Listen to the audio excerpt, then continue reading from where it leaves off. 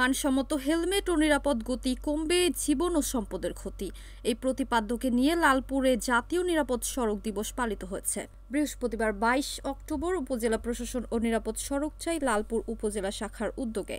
বুধবার 22 অক্টোবর উপজেলা প্রশাসন ও নিরাপদ সড়ক চাই লালপুর উপজেলা শাখার উদ্যোগে একটি র্যালি গুরুত্বপূর্ণ সড়ক প্রদক্ষিণ করে। প্রদক্ষিণ শেষে উপজেলা সম্মেলন কক্ষে আলোচনা সভা অনুষ্ঠিত হয়। সরকারি কমিশনার ভূমি আবির হোসেনের সভাপতিত্বে আলোচনা সভায় বক্তব্য রাখেন উপজেলা কৃষি সম্প্রসারণ অফিসার মোহাম্মদ মামুনুর রশিদ, লালপুর উপজেলা প্রেস ক্লাবের সভাপতি সালাউদ্দিন, মডেল প্রেস ক্লাবের সভাপতি শাহ আলম সেলিম, নিরাপদ সড়ক চাই লালপুর উপজেলা শাখার সভাপতি আব্দুল মোত্তালেব রায়হান, উপজেলা একাডেমিক সুপারভাইজার সাদ আহমেদ শিবলি, সাংবাদিক এজেড সুজন, মোহরকয়া ছায়া প্রতিবন্ধী ও অটিস্টিক বিদ্যালয়ের প্রধান শিক্ষক সিমানুর রহমান, বৃহত্তর আব্দুলপুর মানবিক ফাউন্ডেশনের সভাপতি কাউসার আলম সবুজ প্রমুখ। যেমন আইনের শাসন প্রয়োজন, একইভাবে আমাদেরকে কিন্তু সামাজিকভাবে হোক নিজেদের পরিবার থেকেও এটাকে উদ্বুদ্ধ করতে হবে। আমরা যারা বাইক চালাই আমাদের পরিবার থেকে। আর রাস্তার গাছগুলো এখনো কিছু গাছ আছে, আপনি এখানে আছে, আপনি নিজেও এদিক দিয়ে যাবেন, দেখেন এই গাছগুলো কাটার ব্যবস্থা করবেন। আর আমাকে কিছু কথা বলতে দেওয়ার জন্য কৃতজ্ঞতা প্রকাশ। ট্রাফিক সার্জেন্টের একটা দেখছি আমরা আমাদের সর্বন্তরী তদন্তে আসছে, তারা মান্থলি একটা গাড়ি থেকে রুট থেকে তারা রুট পারমিট দিয়ে দেয় যে এই গাড়িটা এই রুটে চলে। তো এই গাড়িটার কাগজ সমস্যা আছে, এই গাড়িটা অমুক ইন্সপেক্টর অমুক সাবজেক্ট অমুকের কাছে মান্থলি করা আছে। তারা বলে যে কেউ ধরলে তখন বলে স্যার অমুক স্যারের মান্থলি, অমুক স্যারের সুপারিশ, কিংবা ফোন ধরায় দেয় বলে যে ওইটা আমার ছেড়ে দাও, ওইটা আমার কাছে আছে।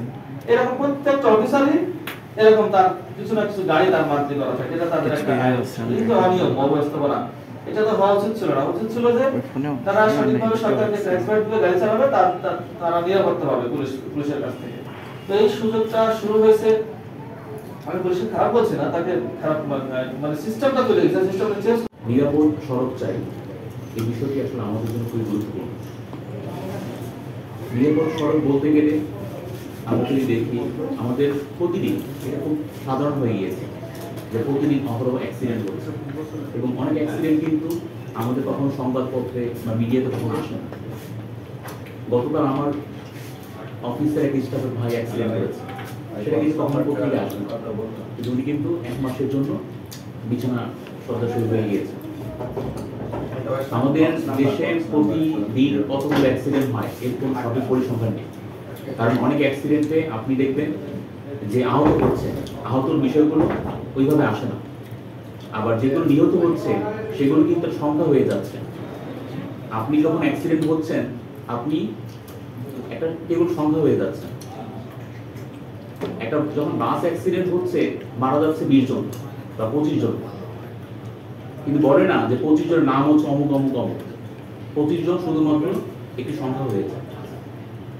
এবং এই যে রোড সেফটি ইস্যুটা, এই বিষয় থেকে 2018 সালে একটা আন্দোলন হয়েছিল। আমরা জানি আমাদের আজকের যারা ছাত্র তারা কিন্তু সেই আন্দোলনে নেতৃত্ব দিয়েছে, কিন্তু আমরা কিন্তু এখনো সে কাঙ্ক্ষিত যে আমাদের নিরাপদ সড়ক সেটা কিন্তু আমরা অর্জন করতে পারিনি। এর অনেক সমস্যা রয়েছে। সমস্যা এখন সবই যদি বলে দেই যে সরকার সমাধান করবে। A Z Sujan, NAN TV, Natore.